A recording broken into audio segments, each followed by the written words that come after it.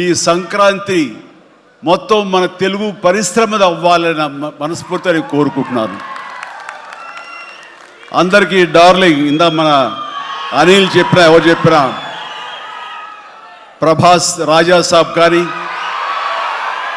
అన్నయ్య అంటూ ఆప్యాయంగా పిలిచే నా తమ్ముడు రవితేజ సినిమా కానీ, అలాగే మా ఇంట్లో సరదాగా తిరుగుతూ చిన్నప్పటి నుంచి పెరిగినటువంటి శర్వానంద్, నారి నడుమ మురారి కానీ, నాకు గురువుగా నన్ను భావిస్తూ నా శిష్యుడిగా ఉన్న నవీన్ పోలిశెట్టి, వీళ్ళందరి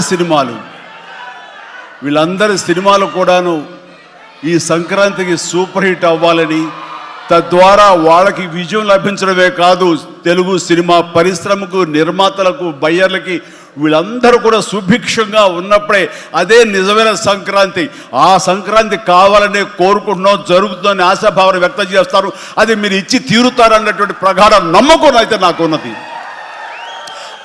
ఈ 2026 సంక్రాంతి తెలుగు పరిశ్రమ మర్చిపోకూడదు.